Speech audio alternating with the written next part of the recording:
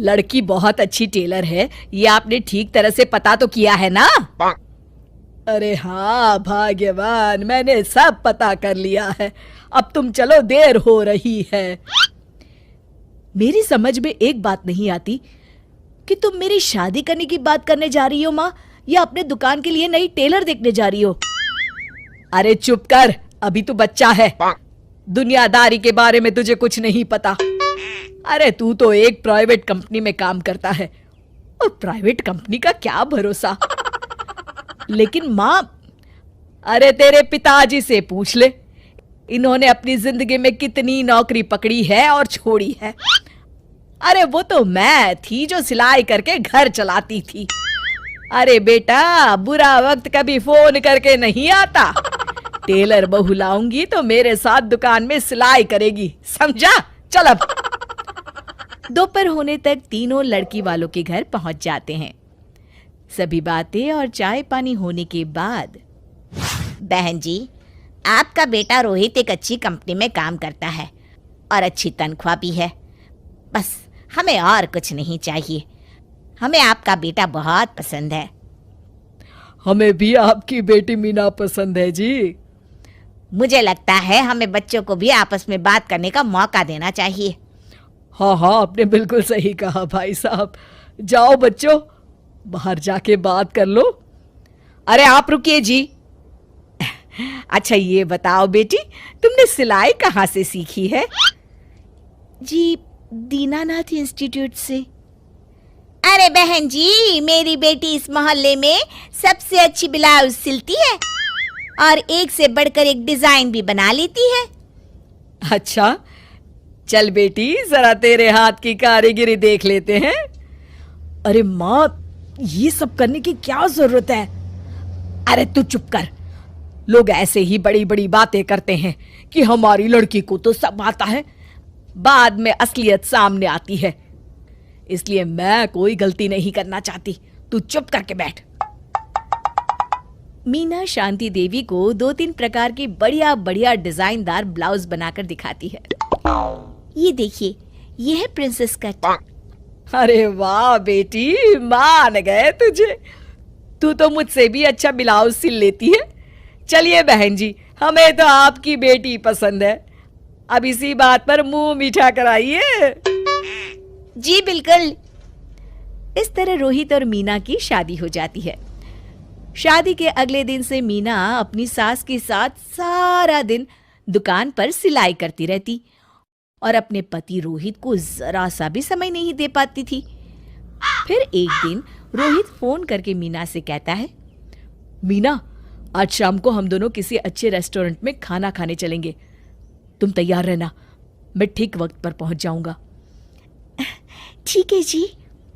शाम को रोहित जब घर आता है तो मीना सिलाई मशीन पर बैठी ब्लाउज सिल रही होती है। अरे ये क्या? मैंने तुमसे कहा तो था कि शाम को हमें रेस्टोरेंट में खाना खाने के लिए जाना है, और तुम हो कि सिलाई कर रही हो। हद हो गई। मुझे माफ कर दीजिए जी, क्या करूं, ये ब्लाउज मुझे कल अर्जेंट सील कर देनी है। सारा दिन तो तुम माँ के साथ दुकान पर सिलाई करती हो। अरे कम से कम शाम का वक्त तो मेरे लिए रखा करो। तभी वहां शांति देवी आ जाती है। अरे क्यों बहू को परेशान कर रहा है? कल ये तीनों ब्लाउज सुबह सिल कर देनी है।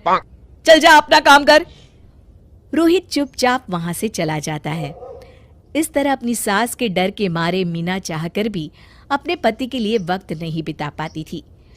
फिर एक दिन रोहित दोपहर को ऑफिस से घर आता है। उसके साथ उसकी कार में एक लड़की बैठी होती है। दोनों एक दूसरे से मुस्कुराकर बातें कर रहे होते हैं।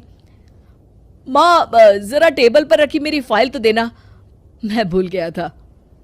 ये कौन लड़की है तेरे साथ? अरे माँ, ये तो मेरे साथ ऑफिस में काम करती है। इतना कहकर रोहित वहां से चला जाता है।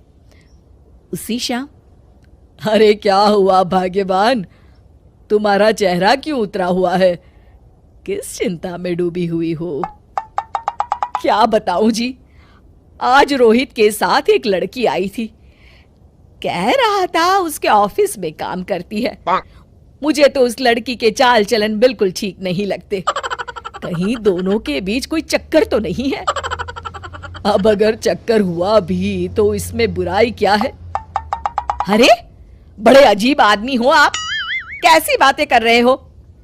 तो और क्या कहूं, तुम घर में बहू के बजाय एक काम करने वाली लड़की लेकर आई हो जो सारा दिन तुम्हारे साथ तुम्हारी दुकान पर काम कर सके।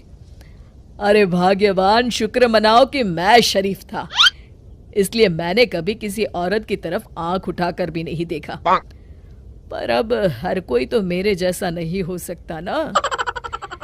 इतना कहकर गिरधारी वहां से चले जाते हैं। शांति देवी समझ जाती है कि गिरधारी क्या कहना चाहते हैं। उसे अपनी गलती का एहसास हो जाता है और वो सोचती है जितनी जल्दी हो सकेगी वो अपनी गलती सुधार लेगी। और इसीलिए 2 दिन के बाद, रोहित बेटा, मैं चाहती हूं कि कुछ दिनों के लिए तू अपनी ऑफिस से छुट्टी ले ले। क्यों, क्या हुआ माँ? अरे कुछ नहीं बेटा, मैंने तेरे और बहू के लिए शिमला की 2 टिकट बुक की है। मैं चाहती हूं कि तुम दोनों कुछ दिनों के लिए बाहर घुमाओ। क्यों बहू, ठीक है ना? सासू माँ की बात सुनकर मीना का चेहरा भी खिल उठता है। वो शर्मा कर कहती है, जी माँ जी, जैसा आप ठीक समझे। और इस तरह शांति देवी पूरी तरह से बदल जाती है। शिक्षा, बहू को बहू नहीं बल्कि बेटी समझना चाहिए और ना कि काम करने वाली नौकरानी।